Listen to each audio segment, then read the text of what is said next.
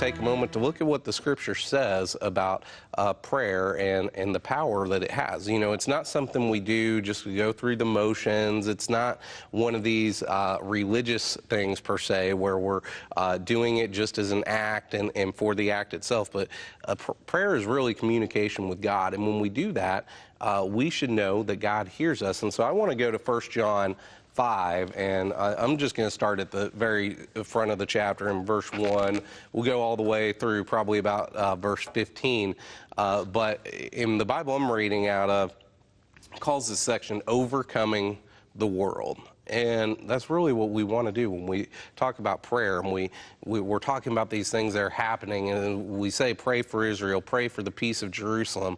You know, what are we trying to do? We're trying to overcome all the things that are in this world. We know that the devil is never going to let it up, never going to stop, but we also know that we serve a God that is more powerful than anything that the devil can bring against us. And so in 1 John 5, starting in verse 1, it says that everyone who believes that Jesus is the Christ has been born of God.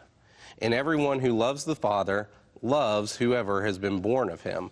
And, you know, right here, I think it's important to note, you know, if we're born of God, if we believe in Jesus, we should love our fellow Christians and really love everyone that's been born of God. And it says, by this we know that we love the children of God when we love God and obey his commandments. So not only does it say we should love one another, we should we should love the children of God, but we know that we are doing that when we obey his commandments. So, you know, again, this is one of those things that oftentimes when we look out at the world and we look at what's going on and how do we overcome it, it's not always looking about how we can change others, but it's kind of that self-reflection, looking inside. Are we doing what we can? You know, we talk about all the time that when we follow what God tells us to do, and we focus on ourselves, all of a sudden we see that things around us start to change.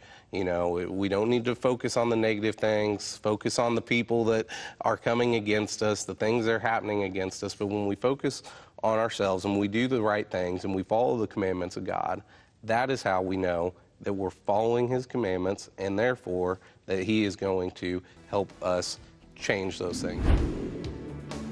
If you like what you saw, make sure to like this video and comment below. Hit that subscribe button for more content uploaded weekly.